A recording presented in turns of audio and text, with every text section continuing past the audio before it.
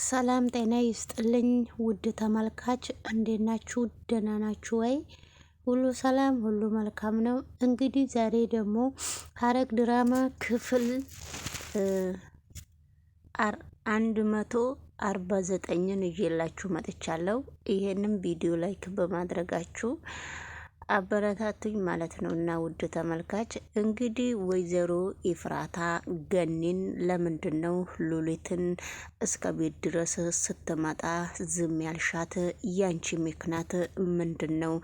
እሷ ሉሊት የሌለውን ነገር ሁሉ እያመጣች እየኮለኮለች ቤተሰቦቻችን እያመሰቃቀለችና እያማሰች ነው።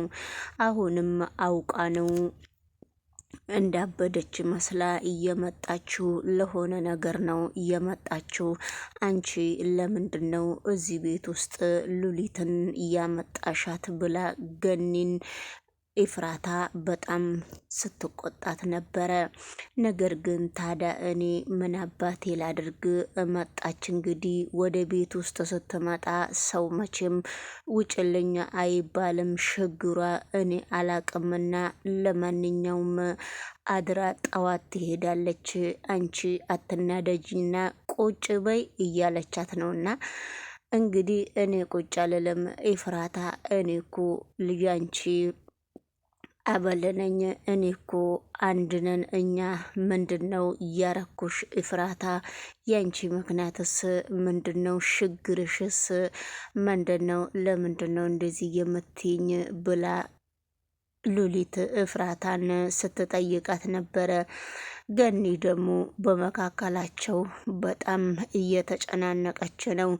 እኔ ግን አሁን እንደምታድሪ እደሪና ነገ ጠዋት አስወጣሻለሁ ስትላት ነበረ ገኒ ሉሊትን። ሉሊት ደግሞ እኔ የትም መውጫ የለኝም፣ ቤቱ ስለተመቸኝ የትም የእናንተው ነኝና እዚሁ ለመቀመጥ ነው የመጣሁት፣ የትም አልወጣትም ብላ ስትሟገት ነበረ። ነገር ግን ነገሮቹ ሁሉ አንቺ እንዳልሽ ሳይሆን እኔ እንዳልኩ ሳይሆን እንደ እግዚአብሔር ፍቃድ ነው። እናንተ ግን ምን ፈልጋችሁ ነው? ብላ ነበረ። እንግዲህ ኤፍራታም በጣም ተጨንቃለች ውድ ተመልካች። አሁን ደግሞ ኤፍራታ ውላ ስታድር ያፌትና ናታ ወንድማማች በመሆናቸውም ከጽ ጋራም በጣም ገርሟታል።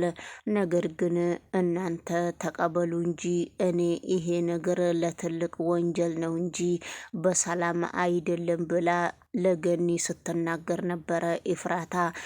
ታይ እንጂ እባክሽ ልጄ እንደዚህ ብለሽማ አታስቢ፣ ሁሉንም ነገር ለበጎ አርግተሽ አስቢ እንጂ እንደዚህ አትሁኝ ብላ ገኒ ኤፍራታን ስትመክራት ነበረ። ኤፍራታ አሁንም ነገሮቹ ሁሉ ሙሉ በሙሉ እውነት አልመሰላትምና ገኒ አሁንም ኤፍራታ አሁንም ለጺም ይሄ ነገር ትክክል አይመስለኝም። የሰው ልጅ እንዴት ነው ሞተ ተብሎ ተለቅሶ ከተቀበረ በኋላ እንዴት ነው የሚነሳው? እንደዚህማ ከሆነ ቢንያምም ይመጣላ ተብሎ ተናግራለች ብላ ተናግራለች። አንቺ ግን እንደዚህ አታስቢና ሁሉንም ነገር በበጎ አስቢ። እንዴት እንደዚህ ትያለሽ? እባክሽ ኤፍራታ እንደዚህ አትበይ ስትላት ነበረ። ኤፍራታ ግን ምንም ነገር አልተዋጣላትም። ፂ ደግሞ እንደዚህ ብለሽ አንቺ ደግሞ የኔ ወንድም ናታ ጋ እንደዚህ ብለሽ ካወራሽ ጭራሽ እንግዲህ አሁን ደግሞ ናታ ተጠራጣሪ እያደርገዋል ያፌትን። አንቺ ደግሞ ያፌት እንደዚህ ነው ብለሽ እኔ ተጠራጠር ያለው ብለሽ ደና እየተቀራረቡትንና አገሪቷ ሰላም ሆነች ብለን እኛ በጣም ደስ ብሎን ቁጭ ባልንበት ቦታ ነገሮቹን እንዳትበጠብጪ ብላለች። ነገር ግን ነገሮቹ እኔ እንዳልኩ ሳይሆን ከመጀመሪያው ሁኔታው እኮ ነው። ሁኔታው ምንም ደስ ያለኝ አይደለም እኮ ከመጀመሪያውንም በጣም ነው እያነኮረው ስትል ነበረ ኤፍራታ እንግዲህ የሆነ ጥርጣሬ ስላደረበት ነው ይሄንን ነገር እየተናገረችው።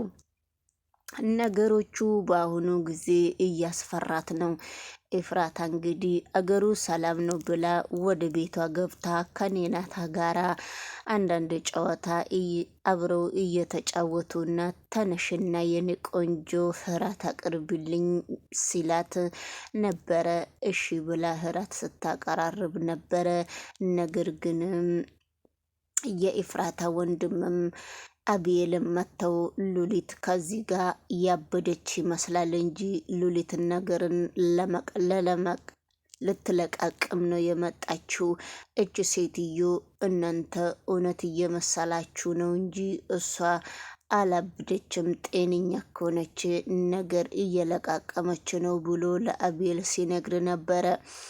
ነገር ግን አንተ ለምንድን ነው ፂጋ የማትመጣው? ከፂ ጋር ፂ ባለፈው ባንድ በቷ ተናገሪ ስለሆነች ስለተናገረች ነው ወይ አንተ የተቀየምካት? ሌላ ችግርክ ምንድን ነው? ታማ ሐኪም ቤት ስትቆይ ለምንድን ነው እያልጠየካት ብሎ ሲጠይቃት ነበረ። አቤል ሲጠይቀው ነበረ። አይ እኔ ስለደበረኝ ነው እየቀረውትና ምንም ችግር የለም ብሄድም ብመጣም ብሎ ነው እየዘጋው።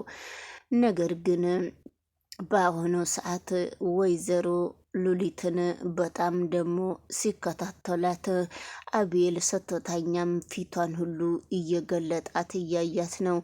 እሷ ግን እብድ ነኝ እኔ አብጃለው፣ ምንም ነገር የማቀው ነገር የለም፣ እባካችሁ ማንም ሰው አይንካኝ ብላ ሽፍንፍን ብላ ተኝታለች።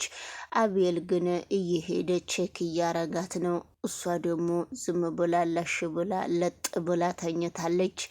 እንግዲህ ውድ ተመልካች አቤልና የኤፍራታ ወንድምም ተንኮል ስለተነሳባቸው ነው ይመስለኛል ወደ ሉሊት ዞረዋል ማለት ነው። እና አሁን ደግሞ ቢንያምና ናታ ተገናኝተው በመካከሉ ቪዲዮ አስገብተውታል።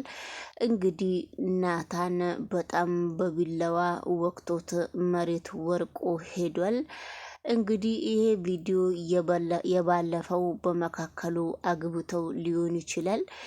ቢንያምም የለም። አሁን በአሁኑ ሰዓት ቢንያም የለም።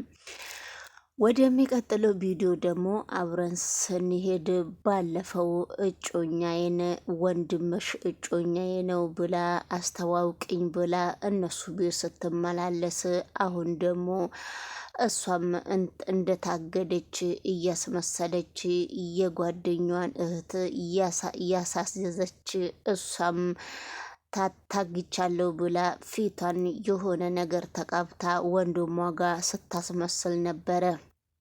ዛሬ ግን ወንድሟ እሷን ልጅ እንዳትቀርቢያት እሷ ውሸቷን ነው አንቺን ነው እያሳገደችው እንጂ ለራሷ ምንም ነገር አልታገደችም። እሷ ጋር ጫፍሽም እንዳይደርስ እኔ ድሮንም ቀልቤ አልወደደውም። አንቺ ነሽ እየያሽ እውነት መስሎሽ የምትመጪው እንጂ እሷ ነች እኮ ባለፈው አንቺን እንደዛ ያደረገችሽ ሲባል እንዴት ነው እናንተ ከዚህ ቤት ትወጫለሽ ወይ አትወጪም ብለው አንገቷን ይዞ ነበረ ያስወጧት። አሁን እሷ ውጪ ለውጪ እየሄደች ስልክ እየደወለች እኔ አደራ የሰጣችውን ነገር ምንም ነገር ሳታደርጉ እናንተ እኔን ለማዋረድ ነው እያወጣቻት። አሁን እንግዲህ ምን ብዬ ነው የማወራው? እናንተስ አደራ መያዝ የማትችሉ ሰዎች ናችሁ። እንዴት ነው የምትሆኑት? የእናንተ ችግር ምንድን ነው ብላ ስትደውላ ስታዋራው ነበረ። ነገሮቹ ምንም ችግር የለውም፣ አንቺ ለምንድን ነው እንደዚህ የፈራሹ ብሎ ሲነግራት ነበረ። ነገር ግን ችግር የለውም እያላችሁ እኔ አሳልፌ የምሰጣችሁን ሰዎች ሁሉ እናንተ እንደዚህ ስታደርጉ ምንድን ነው የእናንተ ችግር ብላ ደውላ ስትጠይቃቸው ነበረ። ነገር ግን ደውላ ብትጠይቅም እሷ በጣም ሁሉም ነገር ስለተነቃባት አሁን መውጫዋ መግቧ እየጠፋባት ነው።